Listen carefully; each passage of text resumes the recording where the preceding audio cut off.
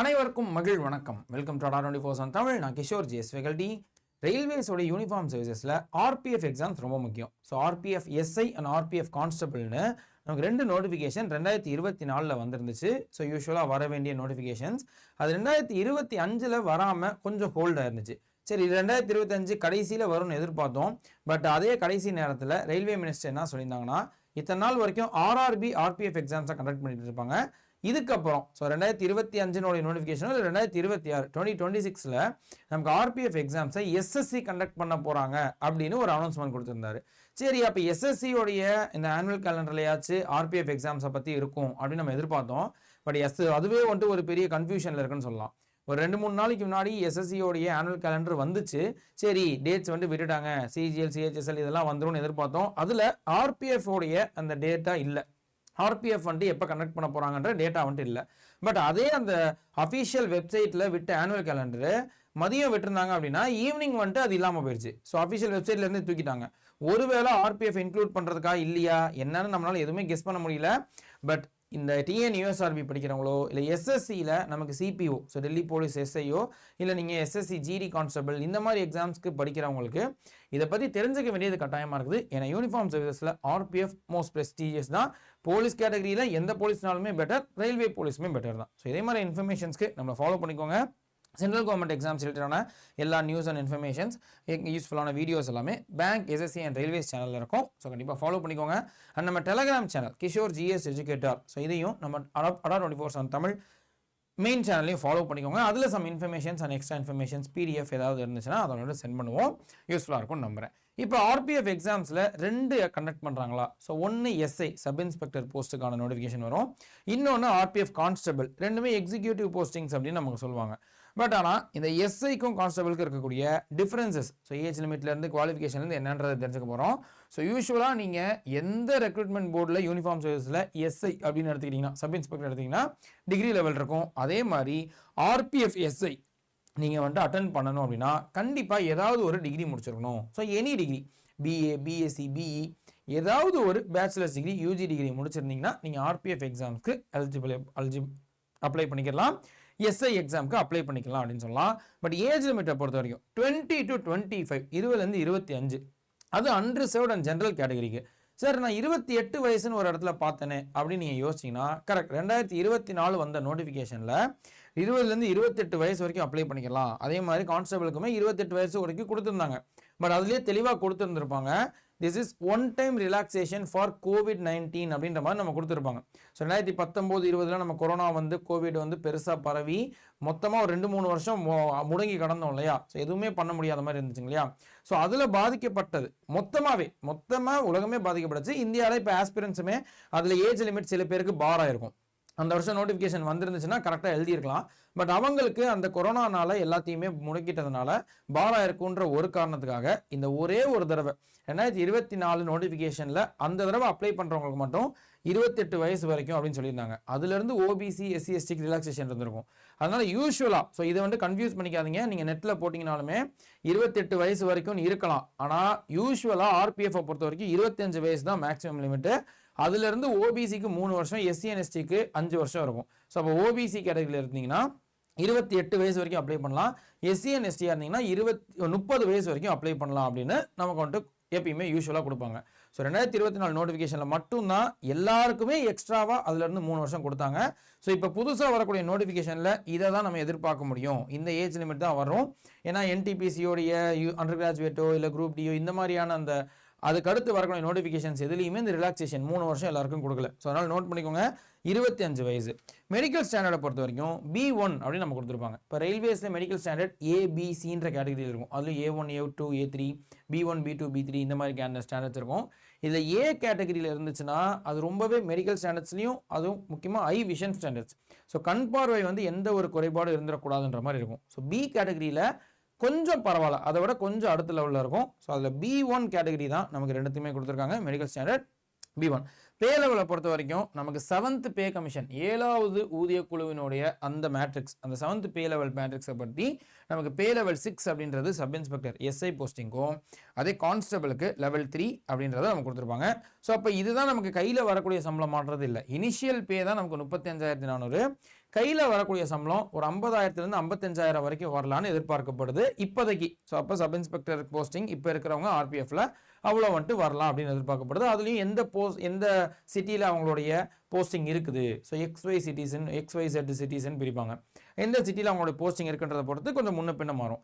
ஆனால் இதே 8th pay commission 8வது ஊதிய குழுவினுடைய பரிந்துரை, ஸோ அது வந்துருச்சு. ஸோ 8th பே கமிஷனுடைய அந்த ரிப்போர்ட் வந்து அதில் இந்த ஃபிட்மென்ட் ஃபேக்டர் 2 கிட்டலாம் இருந்துச்சுன்னா கிட்டத்தட்ட இதே சேலரி வந்துட்டு 2026 2027 இருந்தெல்லாம் டபுள் மடங்கு கிட்ட ஆக வாய்ப்பு இருக்குன்னு சொல்கிறாங்க. ஸோ அதனால் அதை கூட மைண்டில் வச்சு நல்லா வந்துட்டு எஃபர்ட் போட்டு படிங்க. நல்ல ஒரு பே லெவல் மாறப்போகுது அப்படின்றத நான் சொல்லிக்கிறேன். ஸோ இப்போ சப் இன்ஸ்பெக்டர் வந்துட்டு என்னென்ன குவாலிஃபிகேஷன்ஸ் அண்ட் அதே ஏஜ் லிமிட் என்னென்னு பார்த்தோம்.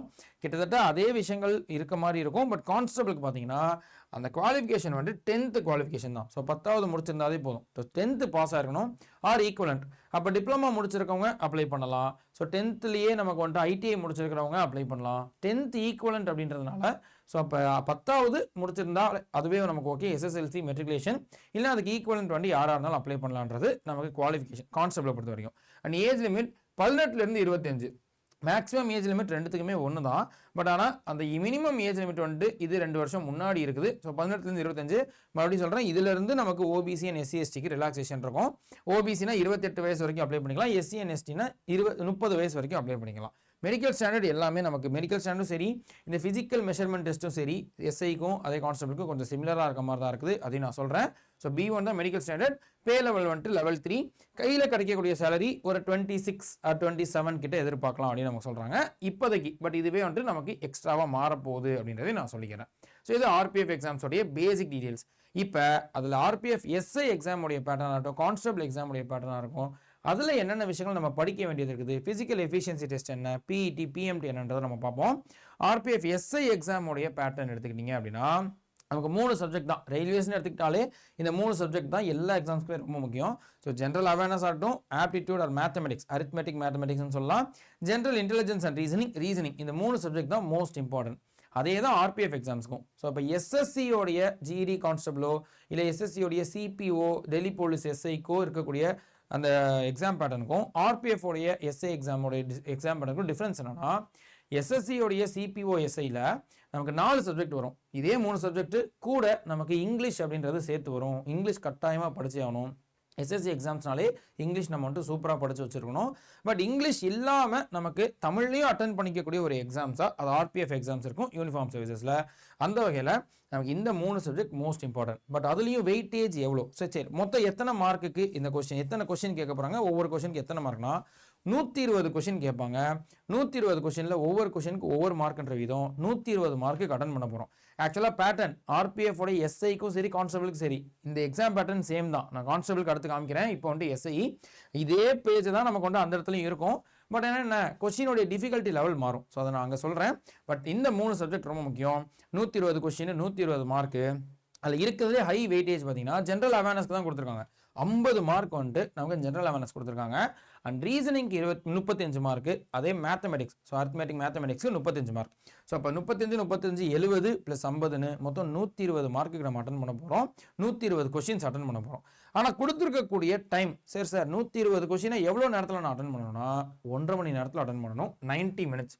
ஸோ 90 நிமிடத்தில் 120 கேள்விகளை அட்டன் பண்ணணும். ஸோ அப்போ 90 மினிட்ஸில் 120 கொஸ்டின்ஸ் அட்டன் பண்ணணும்னா யோசிச்சு பாருங்கள், ஒரு கொஸ்டினுக்கு 1 நிமிஷம் கூட இல்லை. யூஸ்வலாகவே சென்ட்ரல் காம்படிஷன் எக்ஸாம் எல்லாமே கொஞ்சம் ஃபாஸ்ட் கால்குலேஷன்ஸ் பண்ண வேண்டியது இருக்கும். இங்கேயும் அதே மாதிரி தான் 90 மினிட்ஸில் நீங்கள் 120 கொஸ்டின்ஸ் அட்டன் பண்ணணும். அதுவும் அக்யூரேசி அழகாக கரெக்டாக அட்டன் பண்ணுறதுனால கொஞ்சம் கண்டிப்பாக அதை நம்ம நல்லா ப்ராக்டிஸ் பண்ணிக்கணும். லெத்தாஜிக்காக இருந்துட முடியாது. நல்லா வந்துட்டு எஃபர்ட் போட வேண்டிய கட்டாயத்தில் இருக்குன்றதை நான் சொல்லிக்கிறேன். இதை விட இன்னொரு முக்கியமான பாயிண்ட்டு, நெகட்டிவ் மார்க் இருக்குது. ஸோ இப்போ TNPSC எக்ஸாம்ஸை பொறுத்த வரைக்கும் நெகட்டிவ் மார்க்ஸ் வந்துட்டு பெருசாக இருக்க போகிறதில்ல. ஸோ எல்லா கொஸ்டினுமே அட்டன் பண்ணலாம் அப்படின்னு நினைப்போம். ஆனால் அதே நீங்கள் SSCயோ ரயில்வேஸோ வந்தீங்கன்னா நெகட்டிவ் மார்க் இருக்குது. RPF எக்ஸாம்ஸ்க்கும் நெகட்டிவ் மார்க், SIக்கும் சரி கான்ஸ்டபிளுக்கும் சரி நெகட்டிவ் மார்க் இருக்குது. அப்படின்னா நீங்கள் இந்த கொஷின்ஸில் ஒரு கொஷின் கரெக்டாக ஆன்சர் பண்ணிங்கன்னா உங்களுக்கு 1 மார்க் கிடைக்கும்னு சொன்னோமா. மேக்ஸிமம் மார்க்ஸ் ஒரு கொஷினுக்கு 1 மார்க். ஆனால் அதே கொஷினை தப்பாக ஆன்சர் பண்ணிட்டோம், ஸோ ஏன்ற ஆப்ஷன் தான் கரெக்டு, அதுக்கு பதில் Bன்ற ஆப்ஷன் கொடுத்துட்டோம் அப்படின்னா நம்ம எடுத்த மார்க்லேருந்து மைனஸ் பண்ண ஆரம்பிச்சிருவாங்க. எவ்வளோ மைனஸ் பண்ணுவாங்கன்னா 1/3 of the total mark. So ஒரு கொஷினுக்கு 1 மார்க்னா அதில் 1/3. ஸோ அப்போ 3ல் 1 பங்குனா 0.33 மார்க் வந்துட்டு மைனஸ் ஆகும். இப்போ 10 கொஸ்டின் அட்டன் பண்ணுறோம் அப்படின்னா அதில் 5 கொஸ்டின் கரெக்ட்னா நமக்கு 5 மார்க் கிடைக்கும். ஆனால் அதே மீதி இருக்கக்கூடிய இன்னொரு 5 கொஸ்டின் தப்பாயிடுச்சு அப்படின்னா நமக்கு கிட்டத்தட்ட ஒரு 1.5 மார்க் கிட்ட வந்துட்டு மைனஸ் பண்ணிடுவாங்க அப்படின்னு நம்ம சொல்லலாம். ஸோ 1.5 மார்க்லேருந்து 2 மார்க் கிட்ட நெருக்கி இதுலேருந்து மைனஸ் ஆகிடும். அப்போ 10 கொஸ்டின் அட்டன் பண்ணுறதுல 5 கொஸ்டின் கரெக்டு, 5 கொஸ்டின் தப்புனா நமக்கு 5 மார்க் எடுத்துருக்க மாட்டோம், 3 சம்திங் மார்க் 3.5 மார்க் கிட்ட தான் எடுத்திருப்போம். ஸோ எடுத்த மார்க் வந்து குறைச்சிருவாங்க. ஸோ அப்போ எதுக்காக இதை நான் முக்கியமாக சொல்கிறேன்னா, நெகட்டிவ் மார்க்கை மைண்டில் வச்சு அக்யூரேசியை மெயின்டைன் பண்ணணும். இப்போ எல்லா கொஸ்டினும் அட்டன் பண்ணணுன்றது நம்ம எய்மாக இருக்க போகிறதில்ல, அட்டன் பண்ணுற கொஸ்டின் கரெக்டாக இருக்கணும் அப்படின்றதான் நம்மளோட எய்மாக இருக்கணும் அப்படின்னு சொல்லிக்கிறேன். ஸோ இதுதான் நமக்கு ஆர்பிஎஃப் எஸ்ஐ எக்ஸாமுடைய முக்கியமான அந்த எக்ஸாம் பேட்டர்ன். ஸோ ரொம்ப ரொம்ப முக்கியம். பட் இதே தான் கான்ஸ்டபிளுக்கு வரப்போது, அதை நான் சொல்கிறேன். பட் அதே ஆர்பிஎஃப் எஸ்ஐ எக்ஸாமுடைய physical efficiency test, so male candidates and female candidates, ஆண்களுக்கும் சரி பெண்களுக்கும் சரி, நம்மளுக்கு ஃபிசிக்கல் இருக்குங்க இல்லையா? ஸோ அப்போ ரன்னிங்காக இருக்கட்டும், அது ஹை ஜம்ப் லாங் ஜம்பாக இருக்கட்டும், ஸோ ஃபிசிக்கல் டெஸ்ட்டுன்றது ரொம்ப முக்கியமாக நம்ம வந்துட்டு இப்போலேருந்தே ப்ரிப்பேர் ஆக ஆரம்பிக்கணும். கண்டிப்பாக நீங்கள் டெய்லி இதுக்கு சின்ன சின்ன எஃபர்ட்ஸ் எப்படி வந்துட்டு நமக்கு first CBT computer based exam pattern பார்த்தோமோ அது முக்கியமோ, அதை விட இன்னும் ரொம்ப முக்கியம். ஏன்னா இதுவும் நம்ம குவாலிஃபை ஆனால் தான் நமக்கு போஸ்டிங் கிடைக்கும். ஸோ இப்போ நம்ம என்னதான் சூப்பராக படித்து நல்ல மார்க் எடுத்திருந்தாலும் இதில் சொல்லியிருக்கக்கூடிய இந்த நிமிஷத்துக்குள்ளே நம்ம ஓடலை, இந்த ஃபீட்டை நம்ம வந்துட்டு லாங் ஜம்பில் தாண்டலை, இந்த மாதிரி ஏதாவது ஒரு இஷ்யூ ஆயிடுச்சுன்னா நமக்கு வந்துட்டு போஸ்டிங் கிடைக்காது. ஸோ அப்போ ஃபிசிக்கல் எஃபிஷியன்சி டெஸ்ட் கண்டிப்பாக யூனிஃபார்ம் சர்வீசஸ்னாலே ஃபிசிக்கல் டெஸ்ட்டு ரொம்ப முக்கியமாக இருக்க போது. ஆர்பிஎஃப்ல இன்னும் கொஞ்சம் அது ரிகரஸாகவே இருக்குது அப்படின்னு நம்ம சொல்லலாம். ஸோ அதுவும் எஸ்ஐக்கு வந்துட்டு கொஞ்சம் அதிகம், எல்லாமே அதிகம். ஸோ அப்படி பார்க்கும்போது பாருங்கள், so 1600 meters run, so 1600 meter கிட்டத்தட்ட 1.5 கிலோமீட்டருக்கு கொஞ்சம் அதிகம், 1 மைல் தூரம் ஓடுறது. ஸோ ஒரு லாங் ரன் தான், ஸோ ரொம்ப ஷார்ட் ரன் தான், கொஞ்சம் லாங் ரன் தான். ஸோ 1600 மீட்டர்ஸ் மேல் கேண்டிடேட்ஸ்க்கு 6 நிமிஷம் 30 செகண்டுக்குள்ளே நீங்கள் ஓடி முடிக்கணும். So 6 minutes 30 seconds. ஆண்களாக இருந்தீங்கன்னா நீங்கள் எஸ்ஐ எக்ஸாம் வந்துட்டு நீங்கள் கிளியர் பண்ணணும், ஆர்பிஎஃப் எக்ஸாம் கிளியர் பண்ணணும்னா 1600 மீட்டர் ரன்னிங்கை நீங்கள் 6.5 minutes, ஸோ 6 நிமிஷம் 30 செகண்ட்குள்ளே முடிக்கணும். ஃபீமேல் கேண்டிடேட்ஸ்க்கு, இதே பெண்கள் வந்துட்டு இது ஆர்பிஎஃப் எஸ்ஐ எக்ஸாம் அட்டன் பண்ண போறீங்கன்னா 1600 மீட்டரில் 800 மீட்டர் ரன்னு, ஸோ 800 மீட்டர் வந்துட்டு ஓடணும், 4 நிமிஷத்துக்குள்ளே ஓடணும். ஸோ அப்போ இந்த நிமிஷத்துக்கு முன்னாடி எவ்வளோ முன்னாடி சீக்கிரமாக முடிச்சிங்கனாலும் அது வந்துட்டு நீங்கள் ஓகே.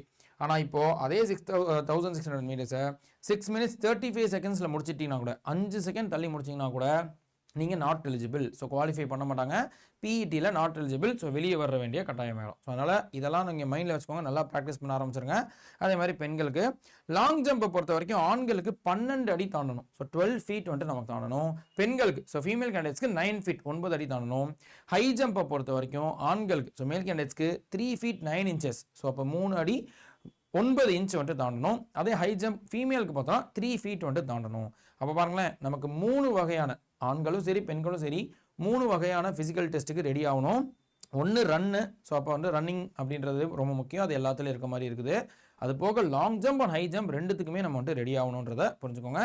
ஸோ ஆர்பிஎஃப் எஸ்ஐ எக்ஸாமுடைய ஃபிசிக்கல் எஃபிஷியன்சி டெஸ்ட்டு ஆண்களுக்கும் பெண்களுக்கும் இந்த கேட்டகரியில் இருக்குது. பட் அதே ஃபிசிக்கல் மெஷர்மெண்ட் டெஸ்ட்டு பார்த்தோம்னா, ஸோ இப்போ ஃபிசிக்கல் மெஷர்மெண்ட் டெஸ்ட்டும் எக்ஸாம் பேட்டர்னும் எஸ்ஐக்கும் கான்ஸ்டபிள் 2 பேத்துக்குமே சேம் தான்.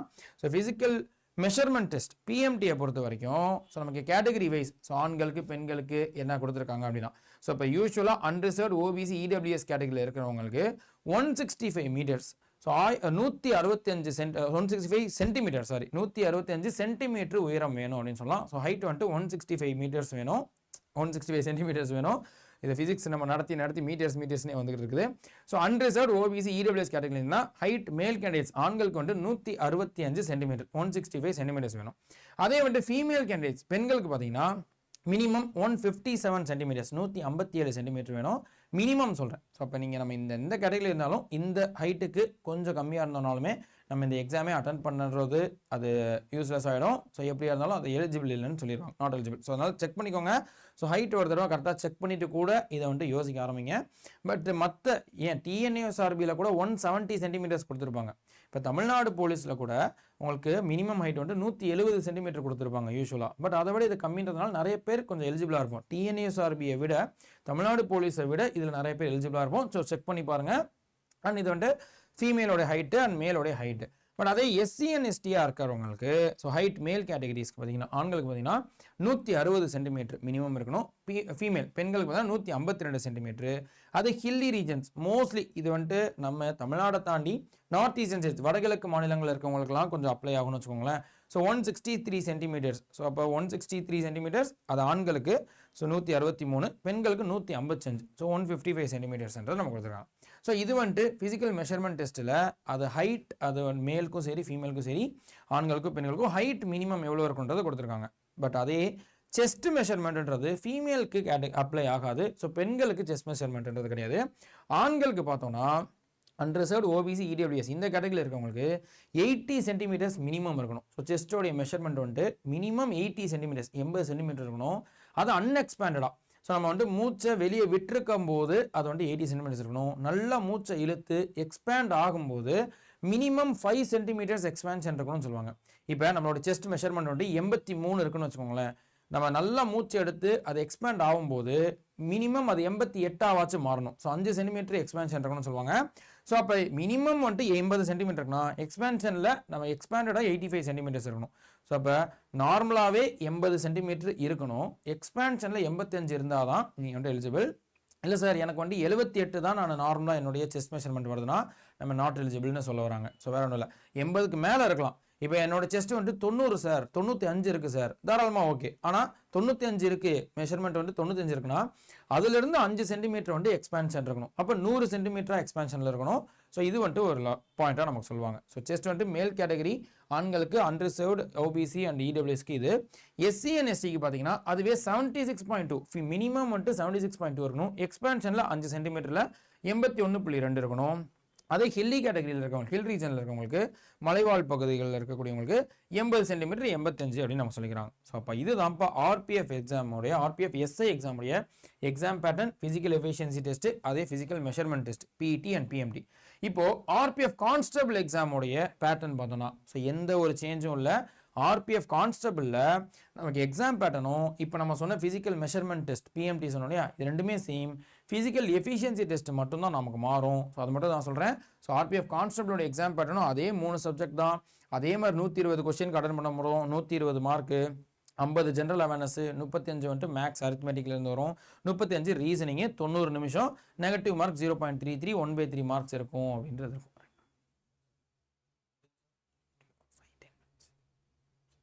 ஓகேவா? ஸோ வந்து 0.33 மார்க் அப்படின்றது வந்துட்டு நமக்கு நெகட்டிவ்ல இருக்கும் அப்படின்னு நமக்கு சொல்லலாம். ஸோ ஆர்பிஎஃப் கான்ஸ்டபிளுடைய எக்ஸாம் பேட்டர்ன். பட் அதே இப்போ பிஇடி பார்த்தீங்கன்னா ஸோ ஃபிசிக்கல் எஃபிஷியன்சி டெஸ்ட் பார்த்தீங்கன்னா ஸோ ஒரு வகையில் இவங்களை விட ஸோ நமக்கு ஆர்பிஎஃப் எஸ்ஐயை விட கான்ஸ்டபிளுக்கு கொஞ்சம் அதிகமாக இருக்கும், அதாவது கொஞ்சம் ஹை வேல்யூவில் இருக்கும் அப்படின்ற மாதிரி நமக்கு ஃபீல் ஆகுது.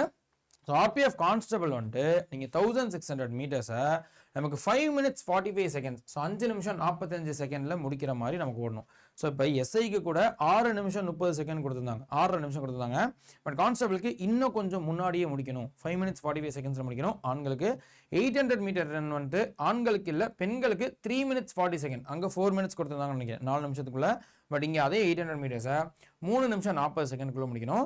ஸோ 1600 மீட்டர் ரன் வந்துட்டு ஃபீமேலுக்கு இல்லை, அதே மாதிரி 800 மீட்டர்ஸ் மேலுக்கு இல்லை. கிட்டத்தட்ட அதே ஆர்பிஎஃப் எஸ்ஐ மாதிரி தான், பட் டைமிங் மட்டும் மாறுது. அதே மாதிரி லாங் ஜம்புமே பார்த்தீங்கன்னா மேல் கேண்டிடேட்ஸ் ஆண்களுக்கு பார்த்தீங்கன்னா 14 feet 14 அடி தாண்டணும், ஃபீமேல் கேண்டிடேட்ஸ் பெண்களுக்கு பார்த்தீங்கன்னா 9 அடி தாண்டணும்.